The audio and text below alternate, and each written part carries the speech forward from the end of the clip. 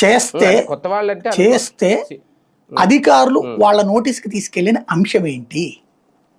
పవన్ కళ్యాణ్ ఒక్కడు స్వేచ్ఛగా చేశాడు, తను లోకేష్ తర్వాత పవన్ కళ్యాణ్ కూడా స్వేచ్ఛగా చేశాడు, కానీ ఆయనకి టైం తక్కువ ఉంటుంది.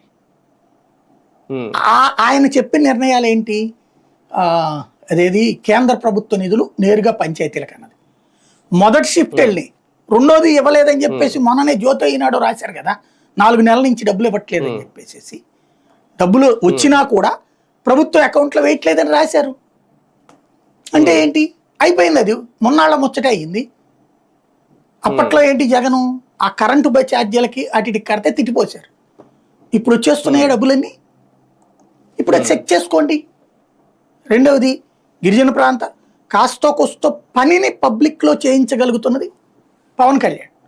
లైక్ అడవుల్లో గిరిజనులకు రోడ్లు వేయించేటటువంటి విషయాలు, ఆ తొట్లు కట్టించినటువంటి విషయాలు, ఏది కుడి తొట్లు జంతువులకి, రోడ్లకు సంబంధించి గ్రామీణ ప్రాంతాల్లో గుంటలు బుడిపించేటటువంటి పను, అట్లాంటి చేసింది. కాస్త అతనికి ఆ స్వేచ్ఛ ఉంది కాబట్టి, ప్లస్ అతని విషయంలో జోక్యం చేసుకోవద్దు అనేటటువంటిది, ఆయన చెప్పింది కానివ్వండి అని చెప్పేటటువంటిది ఇటు ప్రభుత్వపు ఆలోచన ఉంది కాబట్టి కొంతవరకు చేసుకోగలుగుతున్నాడు అతను ఒకడు.